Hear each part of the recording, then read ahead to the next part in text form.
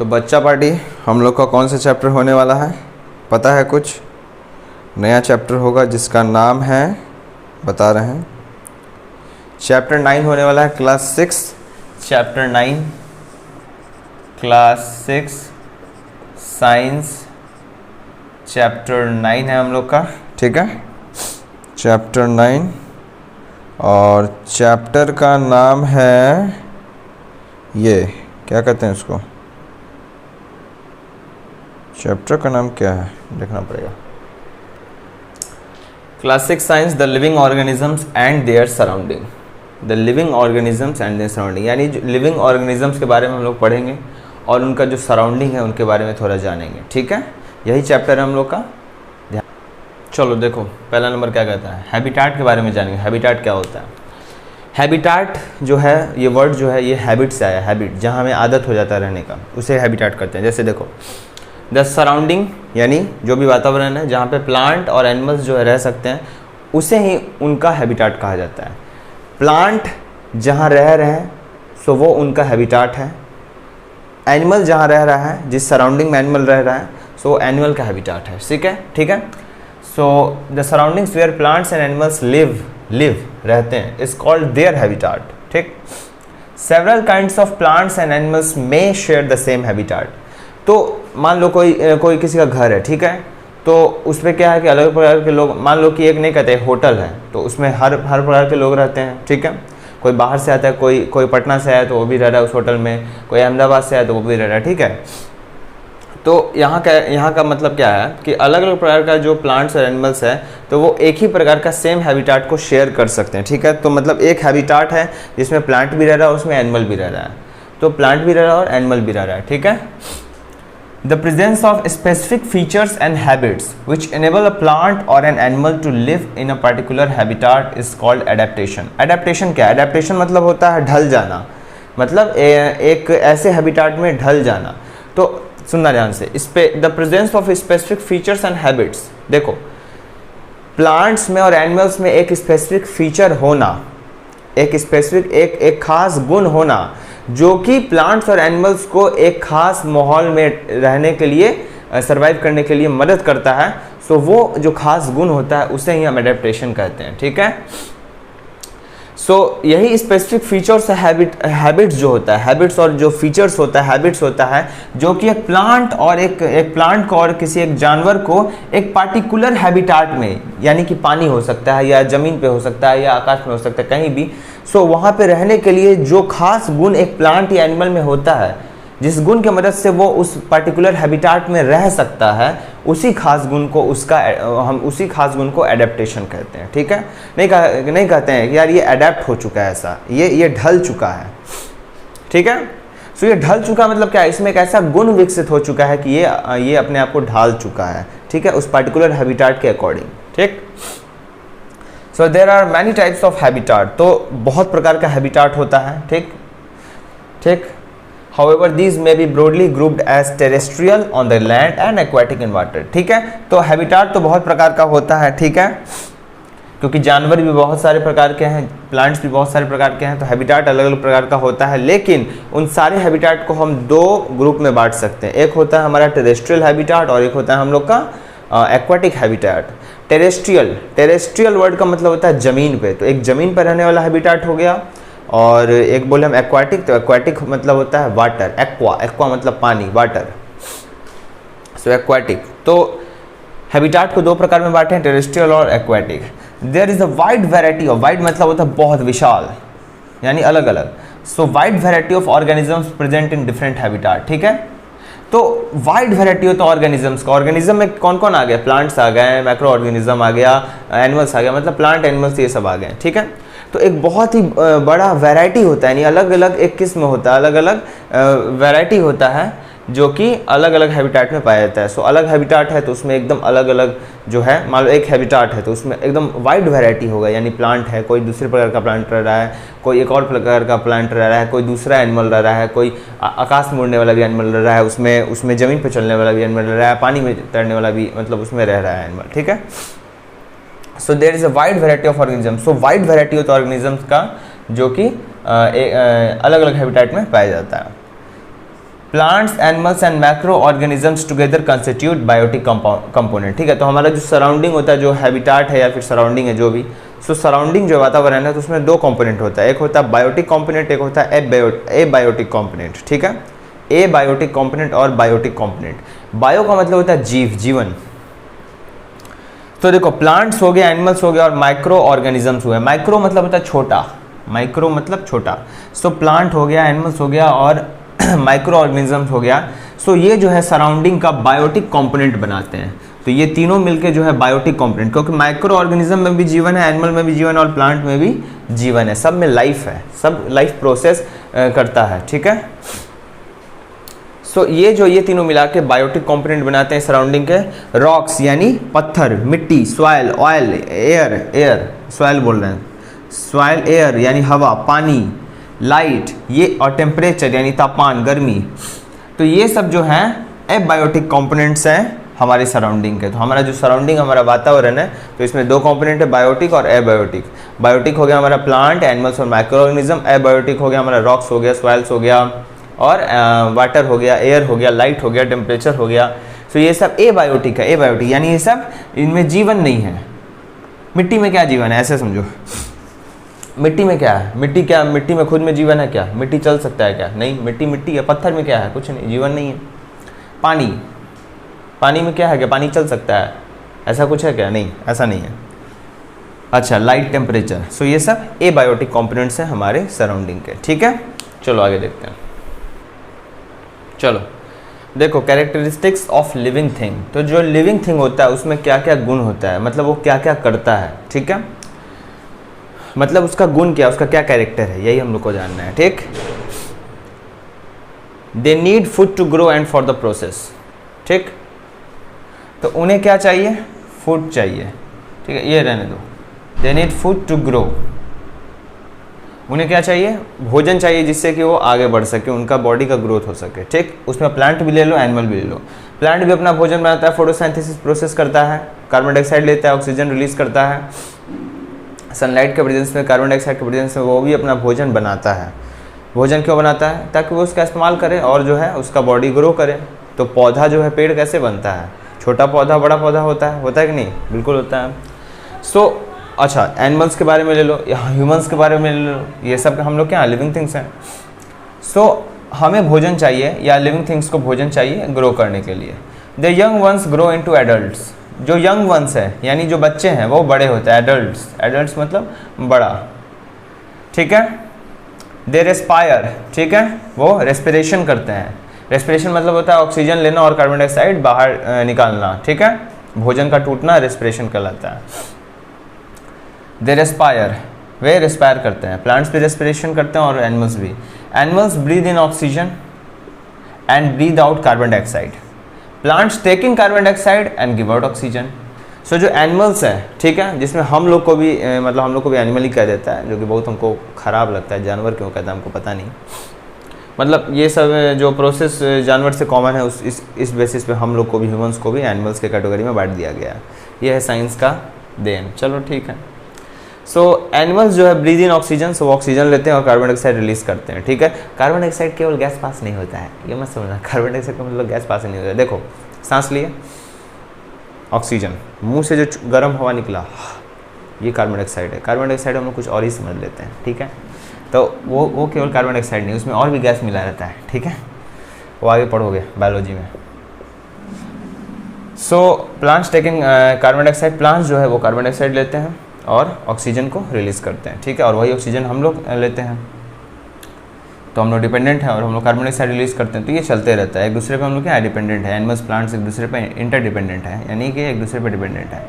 They respond to changes in their surrounding. तो जो भी लिविंग थिंग्स होते हैं तो उनके सराउंडिंग में जो भी चेंज होता है तो उसको लेके वो रिस्पॉन्ड करते हैं, सतर्क हो जाते हैं, उस पर रिएक्ट करते हैं, रिस्पॉन्ड करते हैं। स्टिमुलाई उसे ही कहा जाता है, यानी अपने सराउंडिंग में कोई भी चेंज होता है तो उस पर रिस्पॉन्ड करना, यानी कि हरकत में आ जाना, इसे ही स्टिमुलाई कहते हैं। तो हम कहते हैं कि स्टिमुलाई है उनमें। ठीक है, तो इसको ऐसे समझो कि हिरन है, पीछे से शेर आ रहा है, अगर उसको भाप, मतलब उसको अगर भनक लग गया कि हाँ आ रहा है पीछे से, धड़ाक से भागेगा। लिविंग थिंग है ना, भागेगा। सराउंडिंग में चेंज आ रहा है तो भागेगा। अब इस सराउंडिंग में ये चेंज कैसा है, ये चेंज है कि उसका मौत आने वाला है। यही है उसका चेंज, ठीक है। तो ये चेंज तो कोई नहीं चाहेगा, तो भागेगा वो, ठीक है। अच्छा, छुई मुई का देखते हो, छुई मुई का जो पौधा होता है उसका पत्ता छूते हो तो वो सिकुड़ जाता है, ठीक है। तो क्या है, लिविंग थिंग है, क्या हो रहा है, चेंज आ रहा है किस में, सराउंडिंग में। तो क्या कर रहा है, रिस्पॉन्ड कर रहा है, वही रिस्पॉन्ड, ये सिकुड़ना क्या है, रिस्पॉन्ड, ठीक है, ठीक। आगे, they all get rid of wastage produced in the body. Excretion, excretion मतलब होता है मल को बाहर निकालना, ठीक है। मल यानी गंदा, वेस्ट, वेस्ट मटेरियल को बॉडी से बाहर निकला, पसीना हो गया, फेलगम हो गया यानी बलगम, ये जो सब ये सब होता है वेस्ट में, हमारा स्टूल हो गया, बाथरूम हो गया, ये सब जो है पेशाब वगैरह। सो वेस्ट जितने भी हैं, प्लांट्स हैं, एनिमल्स हैं, लिविंग थिंग जो है, प्लांट एनिमल दोनों आते हैं।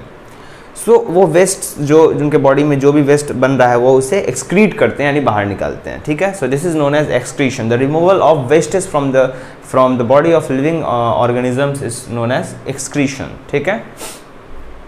खाना का पचना, डाइजेशन, पच के जो बचा वेस्ट मटेरियल वो निकलना, excretion. They reproduce their own kind, यानी वो बच्चे को जन्म देते हैं, जो ह्यूमन बींग से वो अपने जनरेशन को आगे बढ़ाते चलते हैं, तो वो रिप्रोड्यूस करते हैं, रिप्रोडक्शन करते हैं, ठीक है। और वैसे ही प्लांट्स भी रिप्रोडक्शन करते हैं, ठीक है। So they reproduce their own kind, यानी अपने जनरेशन को वो बनाए रखते हैं, वो अपने काइंड को, काइंड मतलब होता है एक जैसा, काइंड मतलब होता है सेम, तो वो एक जैसा जो है अपना जनरेशन को बढ़ाते चलते हैं आगे, ठीक है। दे शो मूवमेंट, वो मूवमेंट दिखाते हैं, ठीक है। अब तुम बोलोगे प्लांट्स में तो मूवमेंट नहीं है, हाँ प्लांट्स एक जगह फिक्स है, लेकिन बाकी जो उसका जो बॉडी जो है यानी उसका जो तना है, तो उसमें क्या हो रहा है, उसमें जो है मूवमेंट हो रहा है अंदर, यानी मिनरल्स वगैरह फ्लो कर रहा है, ठीक है। तो प्लांट जो है वो एक जगह से दूसरी जगह नहीं जाता है, ठीक है, लेकिन एनिमल्स जो है जाता है, तो मूवमेंट तो होता है, ठीक है। प्लांट्स में है कि एक जगह से दूसरी जगह नहीं जाता, लोकोमोशन नहीं करता प्लांट, लेकिन एनिमल लोकोमोशन करता है, ठीक है। तो चूँकि एनिमल करता है इसलिए हम बोलेंगे कि लिविंग थिंग है, तो शो मूवमेंट, दे शो मूवमेंट। ये हो गया कैरेक्टरिस्टिक्स ऑफ लिविंग थिंग्स, ठीक। ये याद करना जरूरी है, समझना जरूरी है, ठीक है। हैबिटाट हैज़ टू कॉम्पोनेंट बता चुके हैं, हैबिटाट का जो एक लाइन लिख दिया हम ऐसे, habitat has two component. Habitat का दो कॉम्पोनेंट होता है, बायोटिक एंड एबायोटिक, ठीक है। सो एबायोटिक कॉम्पोनेंट और बायोटिक कॉम्पोनेंट, ठीक। टाइप्स ऑफ हैबिटाट, कितना प्रकार का हैबिटाट होता है, बोले दो प्रकार का होता है, टेरेस्ट्रियल हैबिटाट और एक्वाटिक हैबिटाट। इसके बारे में थोड़ा पढ़ेंगे। प्लांट्स एंड एनिमल्स, टेरेस्ट्रियल के बारे में पढ़ना है। So plants and animals live on land, यानी जो ज़मीन पर रहते हैं, प्लांट्स और एनिमल्स यानी पेड़ पौधा जानवर, ये सब जो ज़मीन पर रहता है, एग्जाम्पल हो गया। सो वैसे हैबिटाट को हम क्या कहते हैं, टेरेस्ट्रियल हैबिटाट। अब कहाँ पे रहते हैं, तो देखो जंगल हो सकता है ज़मीन पे, ग्रास लैंड यानी पूरा जो बोलेंगे ना एकदम घास का मैदान वगैरह है वो, डेजर्ट हो गया, रेगिस्तान हो गया, कोस्टल एरिया हो गया, समुद्री तट हो गया, माउंटेन रेंजेस हो गया, माउंटेन रेंजेस यानी पहाड़, तो ये सब क्या है, सब ज़मीन पे। सो वैसे हैबिटाट को, हैबिटाट मतलब होता है घर, फॉरेस्ट भी घर है प्लांट्स एनिमल्स का, ग्रासलैंड भी घर है प्लांट्स एनिमल्स का, डेजर्ट यानी रेगिस्तान भी घर है प्लांट्स एनिमल्स का। तुमको पता है डेजर्ट में कैक्टस पाया जाता है जो कि प्लांट है, और ऊँट पाया जाता है जो कि एनिमल है, ठीक है। कोस्टल एरिया हो गया, ठीक है, कोस्टल मतलब होता है समुद्री किनारा, माउंटेन रेंजेस हो गया, पहाड़ हो गया, तो ये सब घर है, mountain ranges, coastal, desert, grassland, forest, ये सब हैबिटाट यानी घर है, टेरेस्ट्रियल घर है ये, किन का, प्लांट्स एंड एनिमल्स का। Aquatic habitat, so plants and animals live in water, तो एक्वाटिक मतलब होता है प्लांट्स, एक्वाटिक मतलब वाटर, सो जानवर और जो पेड़ पौधे हैं वो पानी के अंदर रहेंगे। जैसे हो गया पॉन्ड्स, PONDS, वो क्रीम नहीं बोल रहे हैं, पॉन्ड्स, पॉन्ड्स मतलब तालाब, लेक मतलब झील, ठीक है। स्वैम्स मतलब SWAMPS, स्वैम्स मतलब दलदल, ठीक है। रिवर नदी, ओशन समुद्र, तो ये सब क्या है, ponds, lakes, swamps, rivers, oceans, ये सब क्या है, ये सारा घर है, हैबिटाट है, एक्वाटिक घर है, एक्वाटिक हैबिटाट है। कौन रहता है इसमें, प्लांट्स और एनिमल्स। कहाँ रहते हैं, एक्वा, पानी के अंदर। क्या केवल प्लांट रहता है पानी के अंदर, नहीं, सॉरी, क्या केवल जानवर रहता है, नहीं, प्लांट भी रहता है, ठीक है। आगे हम लोग कुछ आगे के चैप्टर में पढ़ेंगे कि कौन सा प्लांट रहता है, कौन सा एनिमल रहता है, ठीक है। एनिमल कौन सा रहता है पता है, फिश वगैरह रहता है, ठीक है। क्रोकोडाइल हो गया, छोटे मोटे कीड़े मकोड़े हो गए, और प्लांट्स में भी होता है, और भी प्लांट सब होता है, आगे नाम वगैरह हम लोग पढ़ेंगे, ठीक है। चलो आगे देखते हैं, चलो आगे देखो। सो एडेप्टेशन हम लोग समझते हैं कि जो स्पेशल गुण होता है प्लांट्स और एनिमल्स में, जिससे कि वो एक पर्टिकुलर हैबिटाट में रह पाएँ। सो उसी स्पेशल गुण, स्पेशल फीचर्स, स्पेशल हैबिट्स को हम एडेप्टेशन करते हैं, ठीक है। यानी कि उस प्लांट में ये एडेप्टेशन है, उस प्लांट का ये एडेप्टेशन है, वो अडेप्ट हो चुका है, ठीक है। तो टेरेस्ट्रियल हैबिटेट में प्लांट्स का कैसा एडेप्टेशन होता है और उसी में एनिमल्स का कैसा एडेप्टेशन होता है। तो एडेप्टेशन हम पढ़ेंगे कि जो भी घर है, मतलब उस घर में रहने के लिए वो उसको उसमें कैसा कैसा गुण रहता है प्लांट्स में, एनिमल्स में, तो उसी बारे में जानेंगे। सो टेरेस्ट्रियल एडेप्टेशन हम जानेंगे। डेजर्ट जो हैबिटेट है तो उसमें जानवर लोग मतलब किस प्रकार से अडेप्ट करते हैं, वही देखो। स्मॉल एनिमल्स, डेजर्ट यानी रेगिस्तान में जानवर लोग किस प्रकार से रहते हैं, कैसे वो ढल पाते हैं वैसे घर में, यानी वैसे हैबिटेट में। So small animals stay in borrows deep in sand during day. तो दिन में क्या होता है, जो छोटे छोटे जानवर होते हैं वो गड्ढा जो है, बालू में गड्ढा बना के एकदम अंदर तक घुस जाते हैं। And come out at night, और वो रात में बाहर निकलते हुए, रात में थोड़ा ठंडक रहता है, ठीक।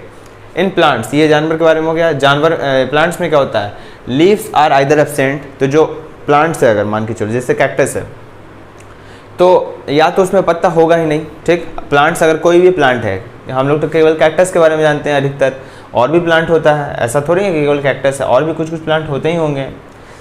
सो जो भी प्लांट्स है तो उनमें पत्ता तो होगा ही नहीं, या तो पत्ता नहीं होगा, या अगर होगा भी पत्ता तो बहुत छोटा होगा, कांटा की तरह होगा, ठीक है, ठीक। Stem has a thick vaccine coating, और उनका जो स्टेम होगा, जो तना होगा, उसका एक मोटा सा वैक्सी मोम की तरह कोटिंग होगा उस पर, ठीक है। Roots go deep into the soil, और जो रूट है यानी जड़ है वो एकदम सॉइल में, मिट्टी में एकदम अंदर धंसा हुआ होगा, ठीक है। जैसे कैक्टस को ले लो, तो कैक्टस का जो कैक्टस में पत्ता नहीं है तो वो क्या है, छोटा छोटा जो भी है वो कांटा वाला, वो पत्ता है उसका हम समझेंगे ऐसा। तो मतलब छोटा छोटा उसको स्पाइंस निकला हुआ, स्पाइंस मतलब कांटा, ठीक है। और उसका स्टेम देखो, उसका स्टेम कितना मोटा है कि नहीं, has a thick vaccine coating, ठीक।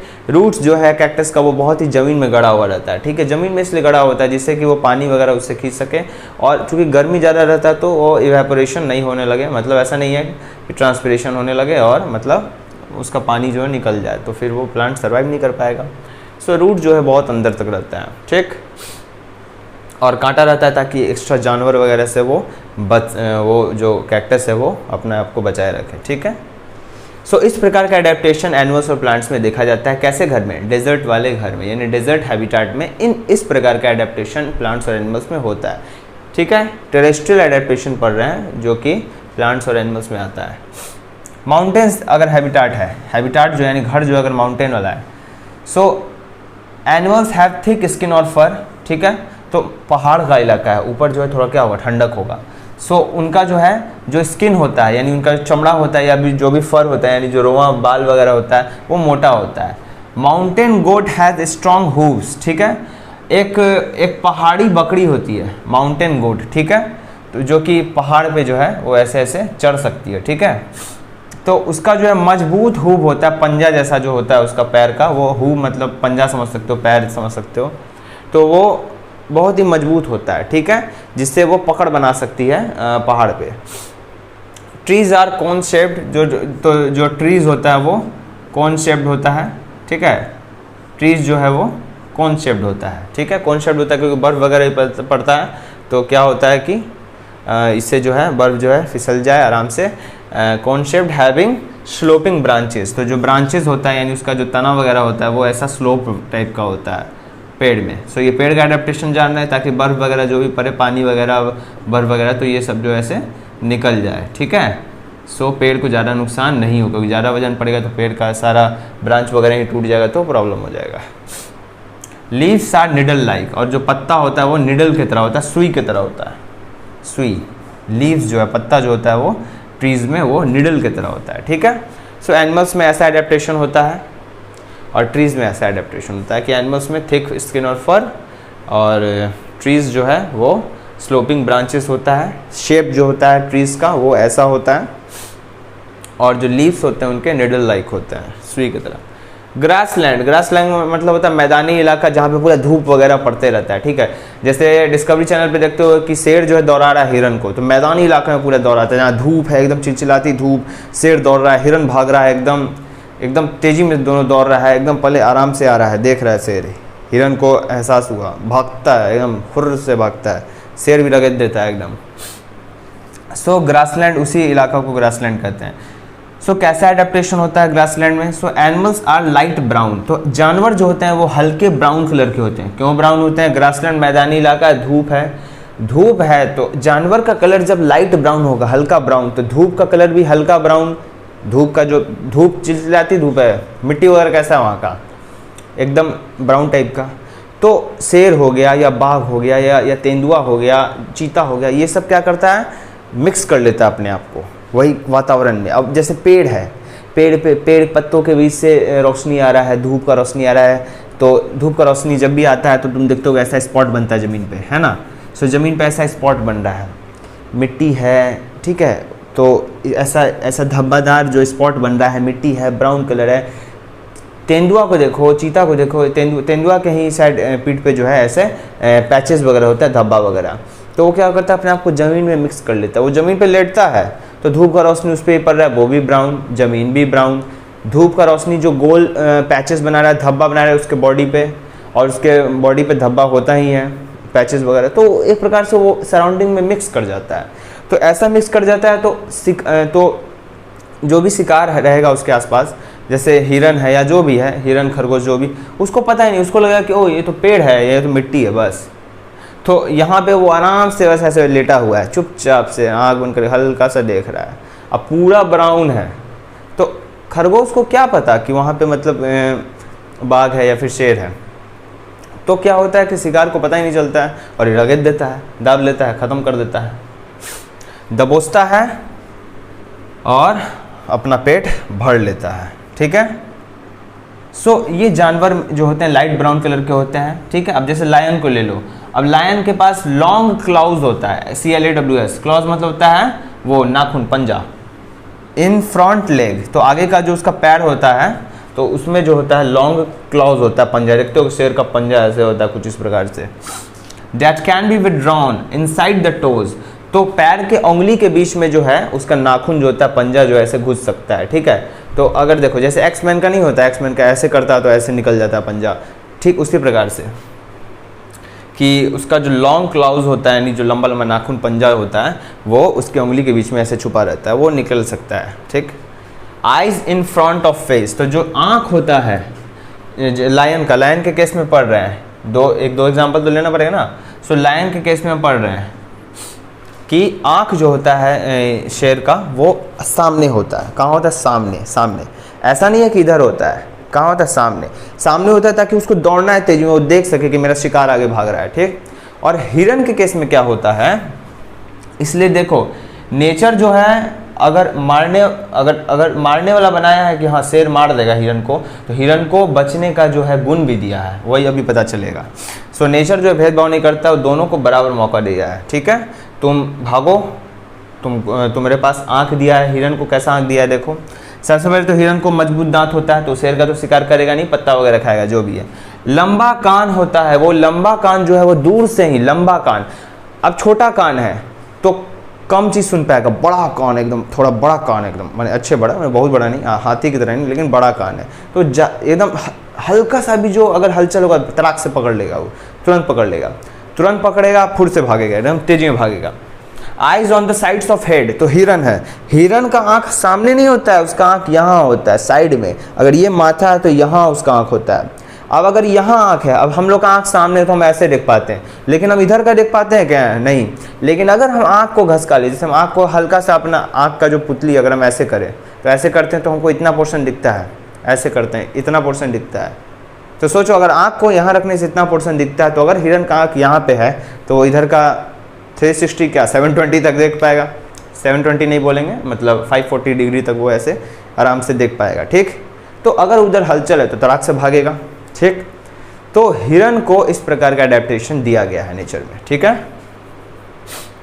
लायन का अडेप्टेशन देखें हम लोग, लायन को क्या क्या फीचर्स है, लायन का क्या क्या स्पेसिफिक फीचर्स उसके बॉडी में होता है। और डियर कैसे सर्वाइव करता है, उसको मजबूत दांत होता है, ठीक है, क्योंकि वो पत्ता वगैरह खा सके।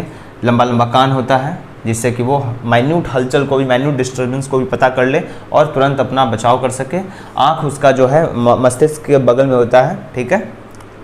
सो ये ग्रासलैंड में एनिमल्स और प्लांट्स का हैबिटाट है, मतलब एडेप्टेशन है।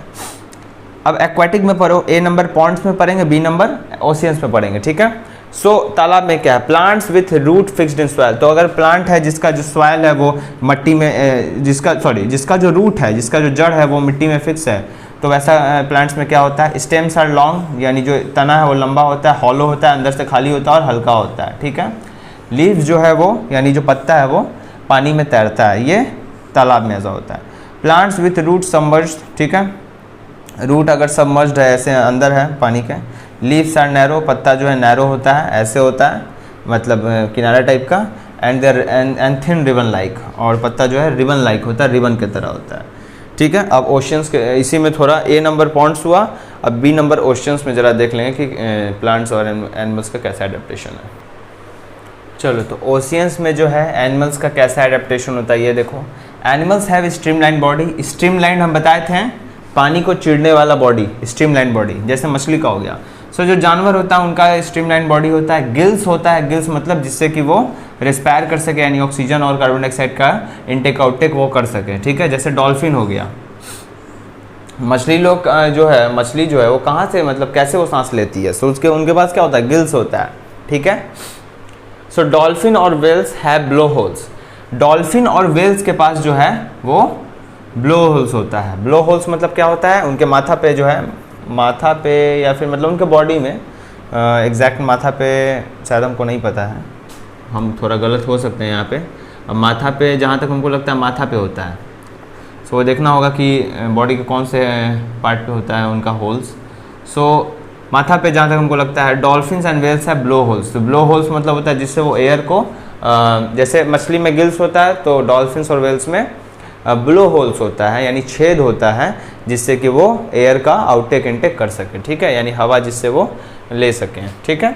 सो एनिमल्स लाइक स्क्विड्स, स्क्विड्स जो है एक जानवर होता है, और ऑक्टोपस तो हम लोग समझते हैं 8 हाथ वाला जानवर। Do not have streamline body. Octopus और स्क्विड्स का जो है स्ट्रीमलाइन बॉडी नहीं होता है, and stay deep in the water. और ये जो ऑक्टोपस और स्क्विड्स होते हैं ये पानी के अंदर रहते हैं, एकदम अंदर डीप में। तो अगर समुद्र का नॉर्मल लेवल ये है तो ये उसके भी अंदर एकदम आराम से ध्यान मग्न रहते हैं ऑक्टोपस, ठीक है, और मस्त शिकार करते हैं ये। So stay deep in water, squids और ऑक्टोपस, जो कि हमको बहुत डर लगता है सोच के भी कि पानी के अंदर कोई इतना अंदर कैसे जाता होगा, ठीक है। सो animals and squids have and octopus do not have streamline body and they stay deep in the water. तो 9th चैप्टर जो था हम लोग का the living organisms and their surrounding, classic science NCERT, ये कंप्लीट हो चुका है। जो भी टॉपिक बचा होगा वो हम लोग क्वेश्चन करेंगे तो वो उसमें कवर हो जाएगा, ठीक है। उम्मीद है कि तुम लोग को समझ में आ रहा होगा, ठीक है। सो अगर समझ में आ रहा है तो इस वीडियो को और भी लोग से शेयर करो, ठीक है, चैनल को सब्सक्राइब करो, बस, थैंक यू।